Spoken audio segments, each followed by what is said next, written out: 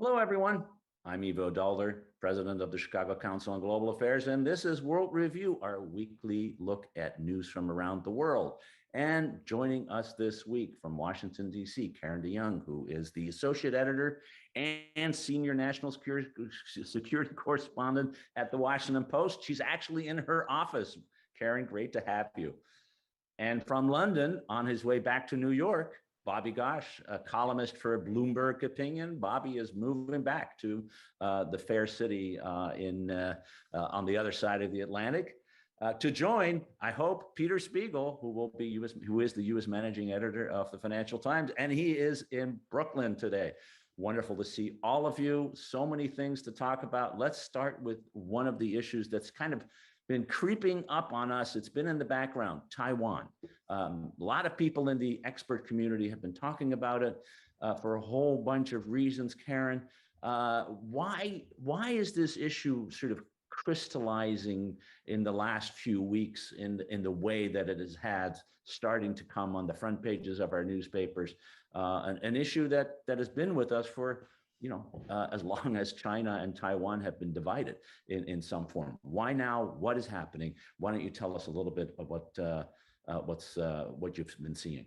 Well, it's true what you say, Ivo, that the issue of Taiwan kind of rises and falls over the years as a point of contention between China and the United States, and it's definitely rising at the moment. I mean, you saw it was National Day in China last week, and so you saw President Xi in Beijing give a speech where he said, "No big news. Our goal is unification of Taiwan as part of China, and anybody who thinks that's not going to happen is on the wrong side of history." Meanwhile, in Taiwan, the next day, you had President Tsai Ing-wen saying that Taiwan is going to bolster its defense capabilities, that it wants to ensure that nobody's going to force it to get on this path that China has laid out for it. So, nothing new there in terms of their positions. But at the same time, you've seen longer term trends. China building up its defense capabilities. It used to be enough that the United States would send a few aircraft carriers if China got particularly rambunctious about Taiwan. Now, the Chinese are moving up toward parity in terms of naval forces with the United States. The Chinese have increasingly taunted Taiwan and, by extension, the United States. Over the last week, they've sent about 150 warplanes in these kind of waves that go into the, not crossing into Taiwanese territorial waters, but going in what's called the air defense identification zone. Same kinds of things that the Russians do up around the Bering Strait, where they ride up to the edge of territorial waters, kind of flap their wings and scare everybody and fly back. So at the same time, you've got this economic rivalry, military rivalry, political rivalry between the United States and Taiwan and China, and the United States deepening its ties with Taiwan as part of that larger controversy. There's lots of pressure in Congress for the United States to abandon its strategic ambiguity toward Taiwan, in which it basically is committed to making sure Taiwan is capable to defending itself, and leaves open the question of what the United States would actually do to defend Taiwan. And there's a lot of pressure in Congress, and you guys had a poll showing that there's a lot of pressure from the American public. Now a slight majority saying, yeah, we're going to defend Taiwan. It's a democracy. Chinese are the big bad force in the region. Biden has said this rivalry is his primary foreign policy concern. And so I think things have, as you said, gradually changed. The question is, what direction are they going to go in? It's always been conventional wisdom that China really didn't want to have a war over Taiwan, and we certainly didn't want to have a war over Taiwan. But there's a lot of concern now that maybe what the Pentagon has called the possibility of miscalculation, a lot of defense equipment in the area flowing in there, both American, Chinese, Taiwanese, and that leaves room for mistakes to be made. I think that in this country, as people have become more aware of China as the world bad guy, that has boosted Taiwan as the plucky little democracy that we're somehow responsible for defending. And so it's become sort of the focus, at least for the moment, of this rivalry. The Chinese are betting that at the end of the day, the Americans would not risk a war over defending Taiwan. But I do think that there is a concern that when you put a lot of weapons in one place and a lot of tensions, and Taiwan feeling its oats and thinking that American public and political opinion is on its side, China feeling its oats that we're now in a position that if we really wanted to go take Taiwan, we could do it. So all of that makes things very tense. Karen, can I ask you just a bit about the internal debate within the administration? Because my sense in answer to Eva's question about why now is I've been picking up quite a bit of panic is the wrong word, but pounding of the table, I guess, from the Pentagon. We've had some public statements by the head of the commander of Pacific Command, I guess Indo-Pacific Command, Stratcom, and then sort of my own reporting, talking to some of my old sources in the Pentagon. One rather senior, your prototypical senior Pentagon official said to me, we have been, you guys know what she has said on this publicly. If you could only see the classified stuff we hear, you would be panicked about this too. And my sense is that the Pentagon is ginning up concern because they're really worried about this. And I can't get a sense of whether the rest of the administration is being dragged by the Pentagon or Kirk Campbell or whoever. Just curious if you have a sense of whether there is a debate within the administration about how to proceed on this. Oh, I think there definitely is a debate. Yeah, that you saw with the controversy over General Milley and calling the Chinese and saying, "Oh no, we'll let you know if we're gonna invade or if we're gonna attack you in any way." At the same time, you see the AUKUS. Submarine this deal. new strategic pact among Australia, the UK, and the United States.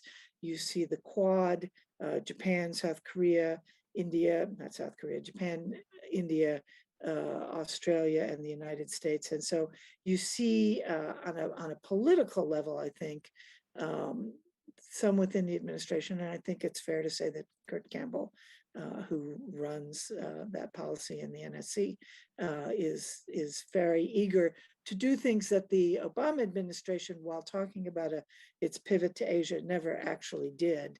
And of course, all of this kind of got suspended during Trump because it was, he, on the one hand, he had this mutual admiration society with Xi. On the other hand, he was rattling sabers saying, don't challenge us, and nobody ever really knew what was going on. So I think that the military, which sees itself obviously on both the political and the defense front line here, and is kind of feeling its oats in terms of, the pivot's really happening now, is much more sensitive to these threats, I think, than some people within the administration that say, hey, let's not carry this too far. We have other eggs in this basket with China and with the rest of the world. Can I ask a question as well, Karen? Sorry to put you on the spot like this, but okay. This is the sort of Ask Karen questions show. There's a lot of rhetoric, but there has been a lot of rhetoric, but has there been actual commitment to move more military hardware into the Pacific? Both in terms of aircraft and ships from other theaters. The AUKUS deal is the first submarine that we'll see is 10 years away. Decades, at least, yeah. At least the best case, 10 years away. Yeah. In terms of actual military hardware or even moving troops? Has there been any movement? Is there a military equivalent of the pivot, or is this just politicals? Well, I think that, there was a bit of a ruffle last week with reports that the United States had sent military forces into Taiwan. And it sort of turned out that, according to the Pentagon, well, yeah, these are some special ops people that are doing training, and they've been there for more than a year, so don't get excited. No, we're not actually moving troops there. I think that, there have been, going back to the Philippines and repairing a relationship that had kind of been strained, certainly in a military sense, closing down a lot of facilities there, reestablishing those ties. I can't tell you exactly what ships have moved and whether anything is sort of permanently moved, but certainly the naval forces, their focus, to the extent they can do it while keeping an over horizon capability in the Indian Ocean and the Arabian Sea, has, there is more attention. I don't know what ships have been sent more permanently there. Can but I jump in on this one? Yes, Can I just jump in on this one absolutely. very quickly? Because I actually wrote something about this a couple of weeks ago. The Marine Corps. Excellent. Watch the Marine Corps. So the new command of the Marine Corps, I guess it was last year, announced, they basically have been criticized largely for becoming a small army, right? What do they Right. do that's different from the U.S. Army? Right. Very Middle East focused, a lot of tanks, a lot of heavy. He basically said, let's get rid of all our tanks. Let's go shift all our Middle East forces, not all, huge bulk of Middle East forces, and put it to the third MEF, which is based in Japan. Let's do smaller units, let's more amphibious, back what we used to know we're known for. And that is all about China. And he's the commandant's guidance that came out last year after he took over the Marine Corps was, this is our target now. We are an anti-China. I mean, he didn't put in that explicit, but clearly Taiwan was part of that. And you've seen the Air Force too, not so new, but the Chief of Staff of the Air Force also comes from Pacific Command, and he is also rethinking the way the Air Force is deployed because of the China threat too. So this is why I was asking you, Karen. I just hear a lot more wringing of hands inside the Pentagon than I ever had before. And it came up during the whole Afghanistan thing, is like, sort of saying, gosh, yet again, here we are focusing on the Middle East. Doesn't everyone realize we're really facing a major threat here in China? Xi has become incredibly aggressive. Look what's going on in Taiwan. So I pick up a lot of as Bobby suggested, not only, rhetoric, but actually putting big bets on Asia forces because of the threat posed by the Chinese. I think you're absolutely right about the Marines. I mean, they have spent so many years basically being ground troops in Afghanistan and not being happy about it, and to a lesser extent in Iraq. And so, to the extent that this is our place, this is where we do what we do. We are amphibious forces, and I definitely agree with you that that's they see this as an opportunity. The global posture review that the president ordered is about to be released, and I think that's going to answer part of Bobby's question about how are we going to posture our military going forward. One last point on Taiwan, and this has been a really great and fascinating discussion. And Karen, thanks for inputting so much on the table for us. You have a sense that Taiwan is the new Berlin. Mm-hmm. That is stuck between two powers, with one big difference, that unlike Berlin, Taiwan is an independent actor, and it has its own views and its own perspectives, and it can actually muck things up, which has always been the worry that the United States has, that they will go too far, too fast on the independence route, and sort of force the issue in a way that could never have happened in Berlin. But is that the right way to think about it, Bobby? And sort of also this tension between a growing autocratic and Taiwan is it's a model democracy in many ways. There's still there are issues as there are in every democracy, but it is the confrontation now is also ideological, given the backdrop of Hong Kong being the other piece that comes into that. How do you see this, Bobby, from this larger geopolitical piece?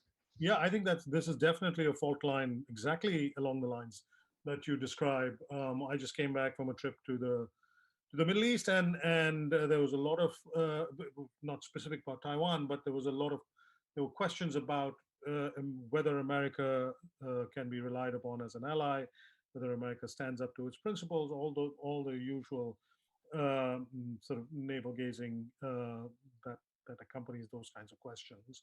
And Taiwan will be a test case. But I think it's worth pointing out too that Taiwan has agency here. We keep thinking about this as a contest between the United States and China, but Taiwan itself has a very substantial military of its own, and it is beginning to tire of these constant pinpricks from the Chinese. President Tsai, my colleagues at the Bloomberg News colleagues have seen a report that was issued by the Defense Ministry, the Taiwanese Defense Ministry, to legislators, and basically saying that if the Chinese get any closer, we're going to push back. Not clear what that means, but the language is very clear. The closer they get to the island, the stronger we will hit back. And so they're suggesting that, they have some sabers that they too can rattle.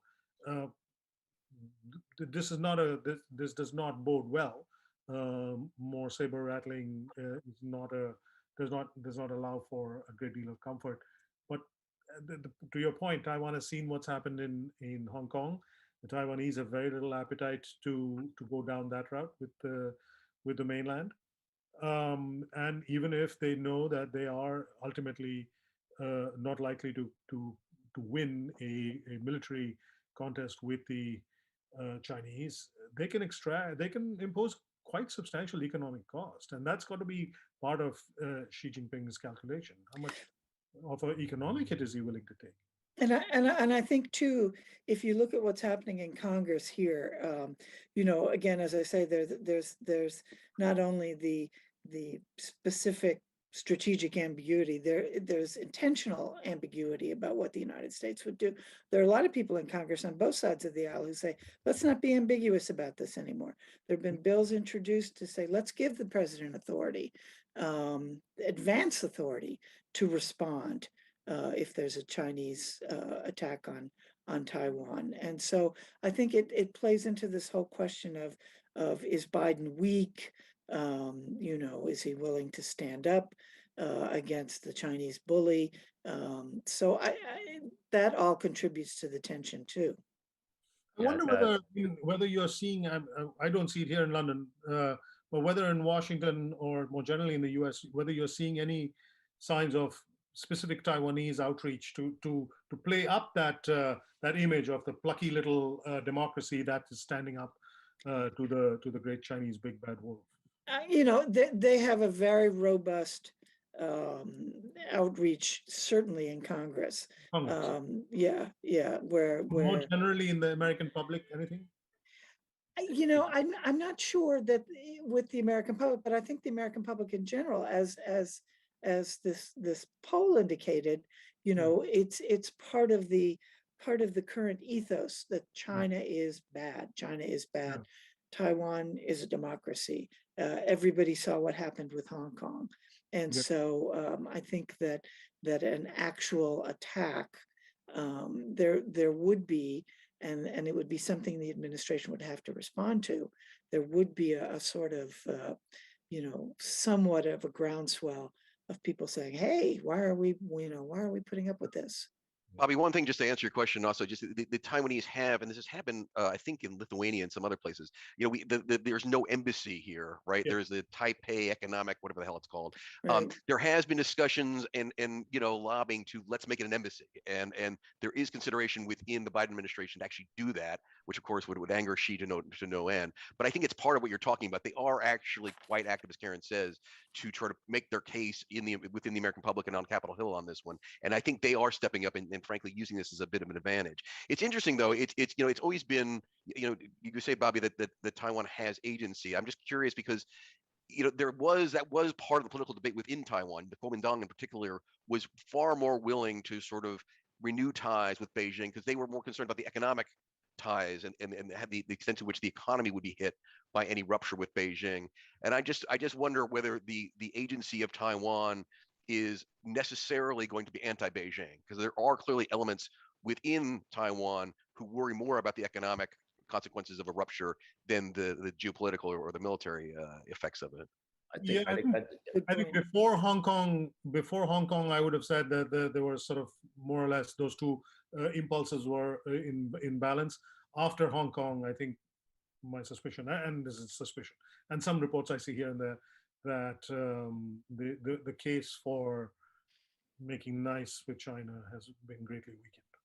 yeah, one country, two systems doesn't sound like a viable strategy. I'm struck just by this conversation and just generally, everything points to escalation and nothing points to de-escalation. And when you are in a situation like that, when domestic politics and regional politics and allied politics and the Taiwanese agency and indeed the politics within China itself, which are becoming more and more nationalistic as well.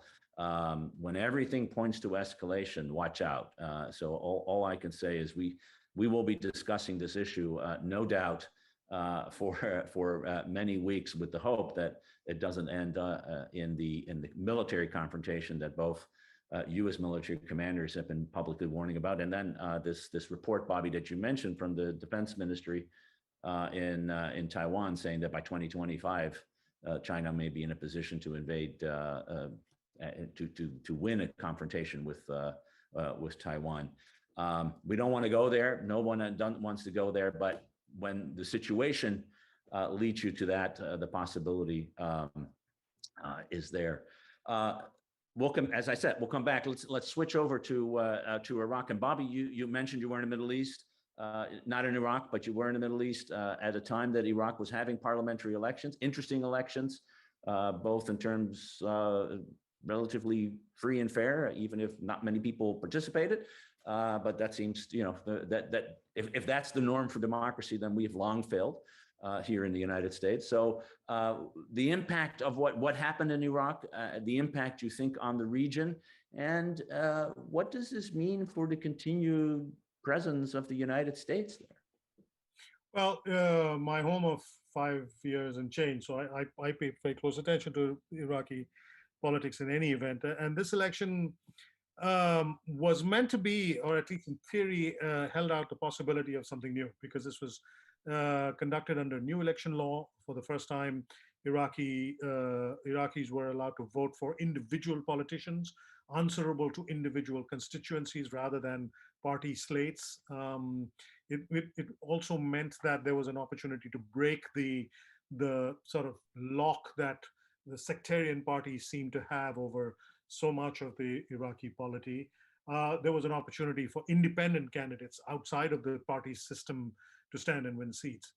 But it was undermined by the very, very low turnout, the lowest turnout ever.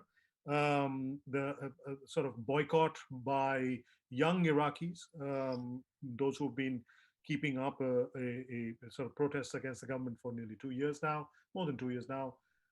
The outcome does not allow for much optimism.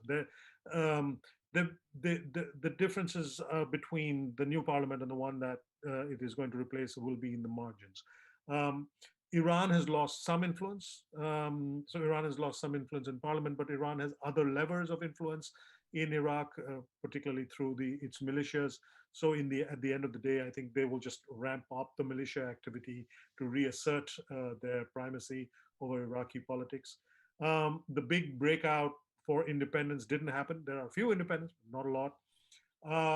And for the most part, people voted along, those who did vote, voted along sectarian lines. So the most likely outcome is that Prime Minister Kadhimi, who, by the way, himself didn't care to stand for the elections, will become once again the sort of compromise candidate. He's counting on it. All of the all of the foreign countries that are interested in Iraq, one way or the other, I think would accept that outcome. The US likes him. The Iranians have come to a sort of understanding with him. The Gulf Arabs like him very much. They see him as their interlocutor with the Iranians. He's even managed to make friends with Recep Tayyip Erdogan of Turkey, which is not an easy trick to pull off. So he will most likely remain prime minister, which means there will not be much forward motion. So it could have been a game changer. Alas, it's not going to be. And from the American point of view, that deal that he made with President Biden earlier in the year, where they maintain this fiction that the U.S. is no longer in combat posture in Iraq. I think that deal will continue as long as the threat from ISIS remains and the threat from Iran remains. The U.S. position, I doubt that'll change very much. Bobby, can I ask you the one feature that struck me and slightly depressing was this, as you said, the incredibly low turnout. And talk a bit about why that is. I mean, I was there for one of the first or maybe the second parliamentary elections, and it was I'm slightly embarrassed to say this as a purely objective journalist, but boy, it was inspiring. People were just so enthusiastic, and it was heartwarming to see. And maybe we have done something right here. And it's just so depressing that it said lower turnout even than here. And why is that? And is there any hope for, as you say, the young people in Iraq becoming re-engaged, or is this sort of heading in one direction? Well, I'd like to be more optimistic. And those elections that you were talking about back in the early days of after 2003, I was there too. And those elections, remember, were conducted in an atmosphere of violence. I mean, Al-Qaeda was threatening and actually blowing people up in the run-up to the election, and still people turned out in huge numbers and gigantic proportion. Now you have an electorate that is completely disillusioned about the political elite. I wouldn't go as far to say that they are disillusioned about democracy, but they're certainly disillusioned by the political elite. And why not? Look at that. Look at the crowd that is in Parliament.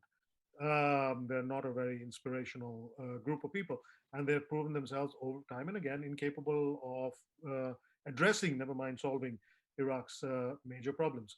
As I said, there was a new electoral law, and there was a prospect of something different happening this time.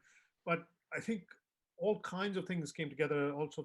There was a perfect storm. So Kadhimi himself, I think, missed a golden opportunity to reach out to the dissolute. He doesn't have a political party of his own. He doesn't have a militia of his own. He does not have a real constituency of his own.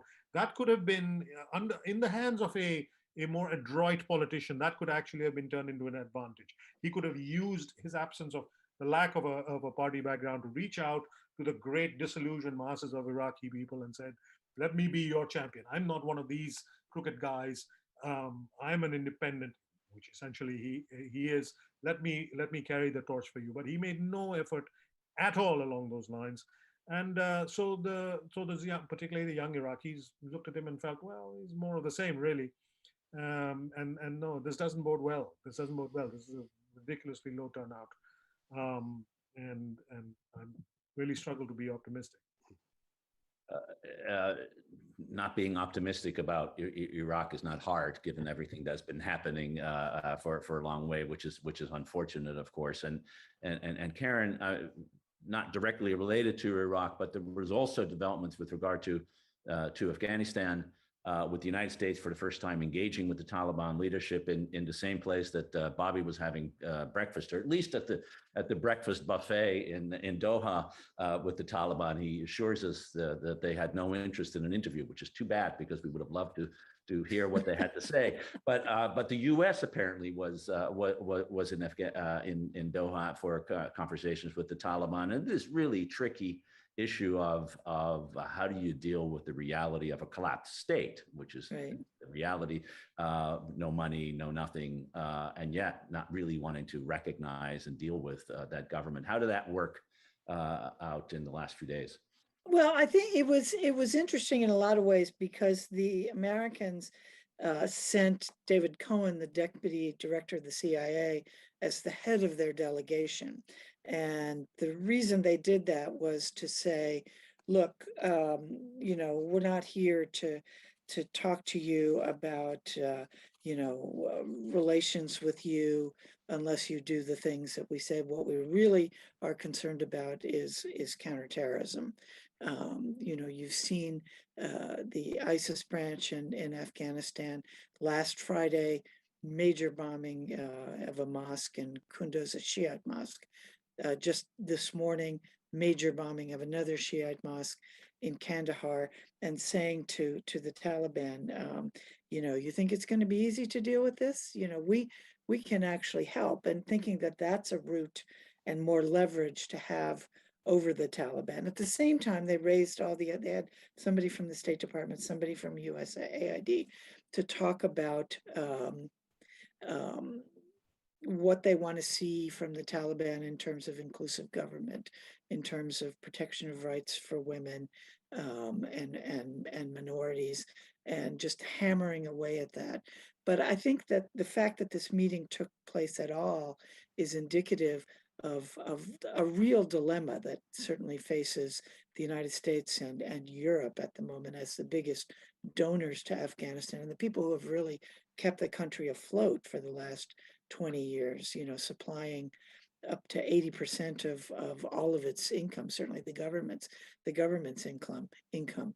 So that money is the leverage that the West has now. And it has said, if you need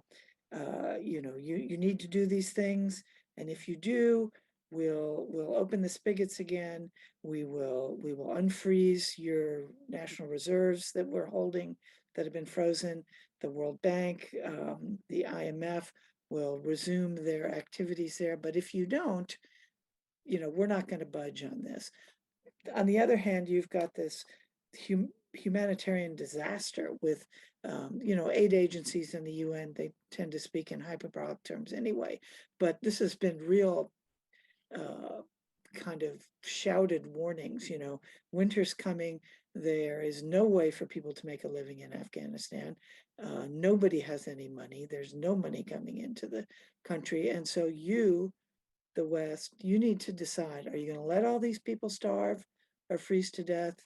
Or are you going to stick up for these principles? And what's the most important at this point? There are a lot of international meetings going on.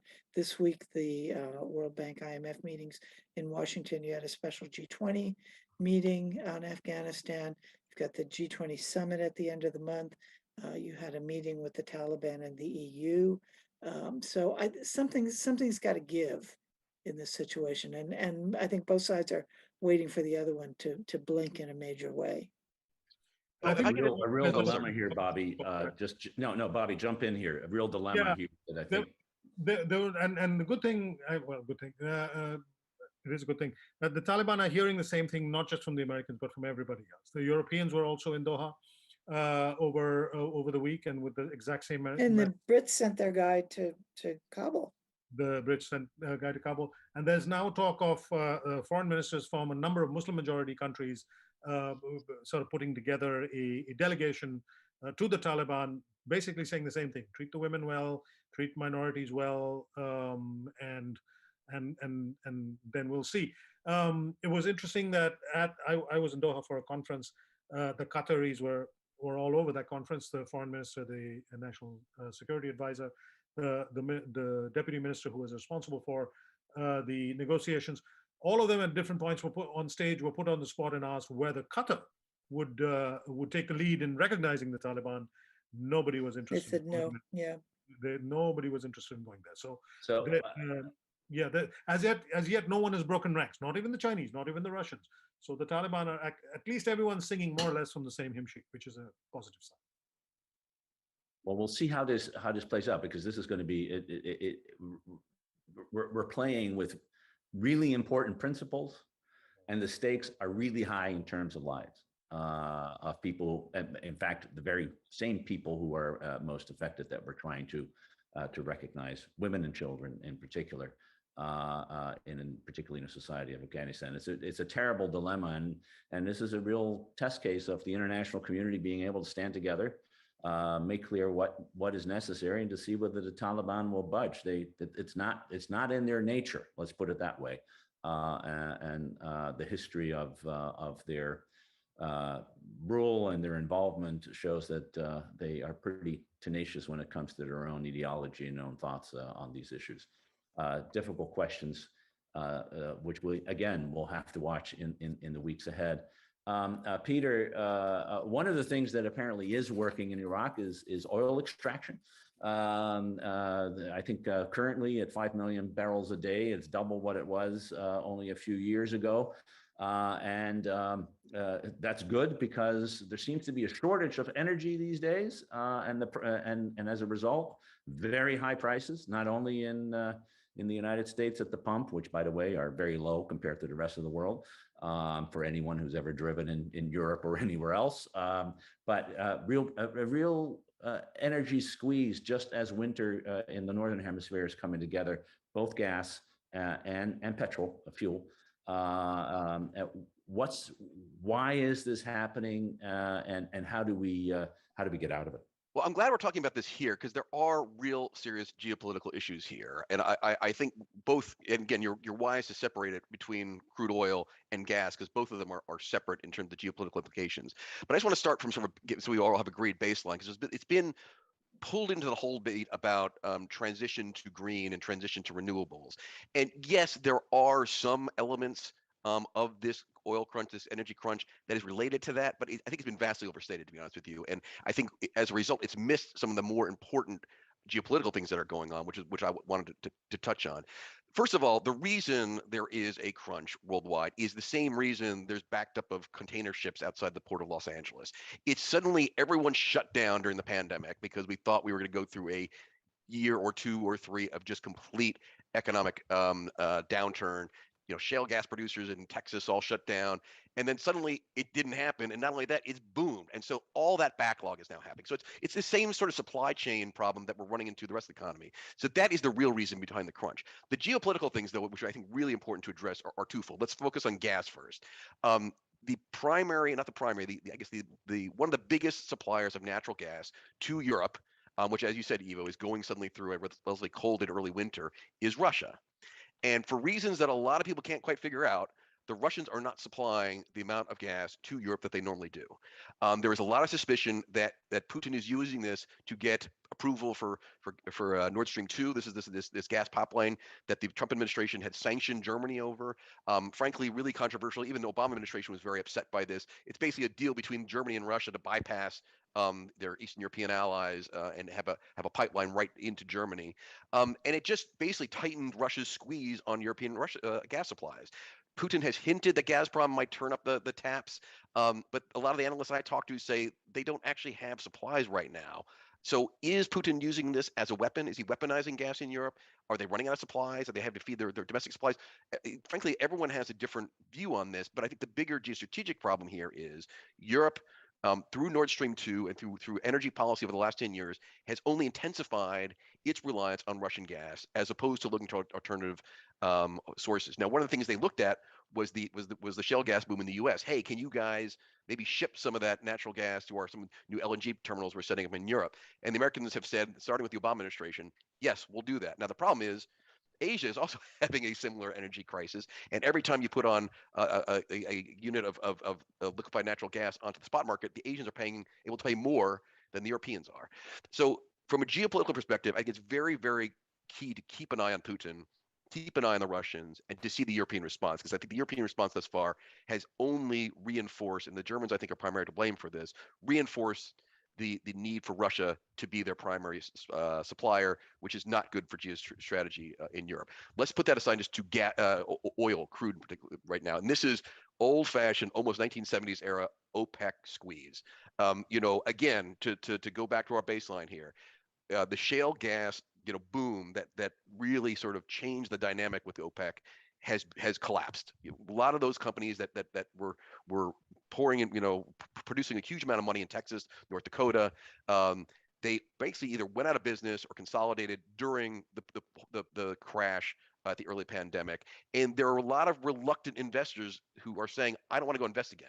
I've been burned last time. I'm not about to start drilling again, even though we have oil at $80 a barrel right now. They're not about to invest again, which has allowed the Saudis and OPEC, which Russia now is this OPEC plus, so Russia's now a participant in this, to say, oh boy, you know what?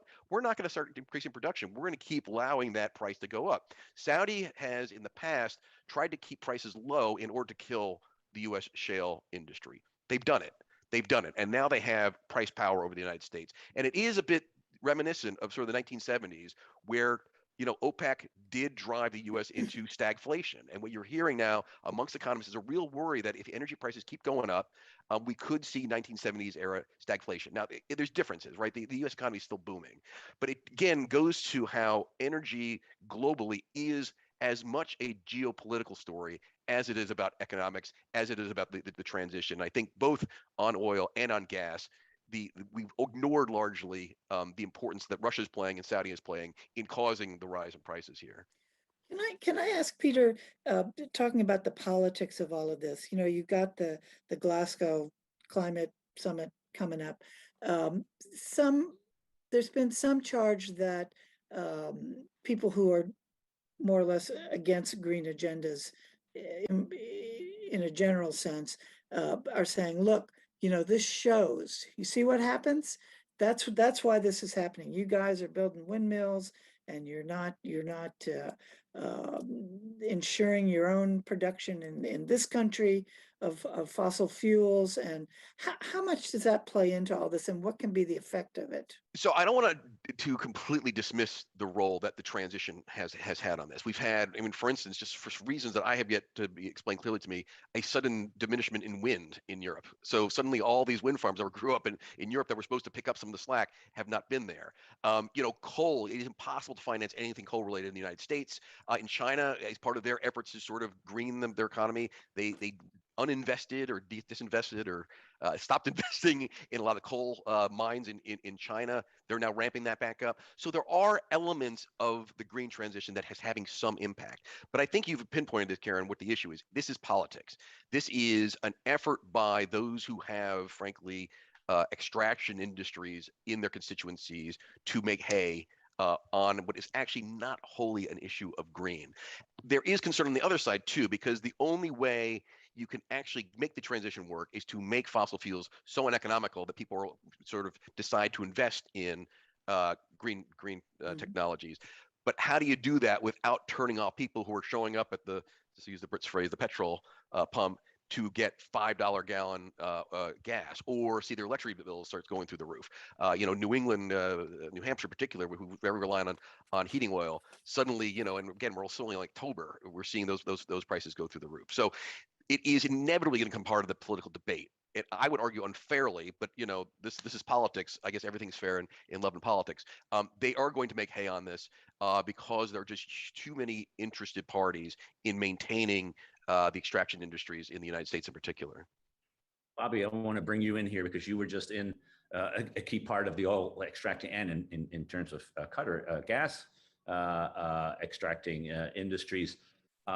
Big story today in the New York Times about how, you know, just as Stephen, as Peter said, this feels like the 70s with a cabal of government-owned oil companies being able to drive up the price and control the spot market, which it seems to be doing on gas as well in Europe, and that this is their moment. They're coming back and making a lot of money and wanting to recapture the market in the way that they had in the 70s and the 80s. Is that how they see it there?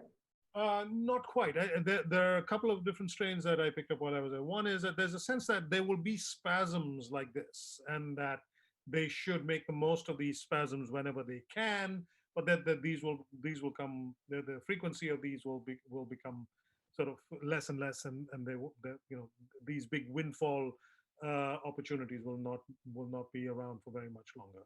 But when they have it, they should grab them with both hands.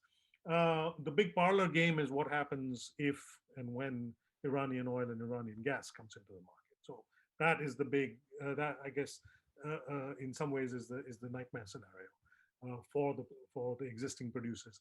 The other big difference between now and the 70s is, of course, Russia.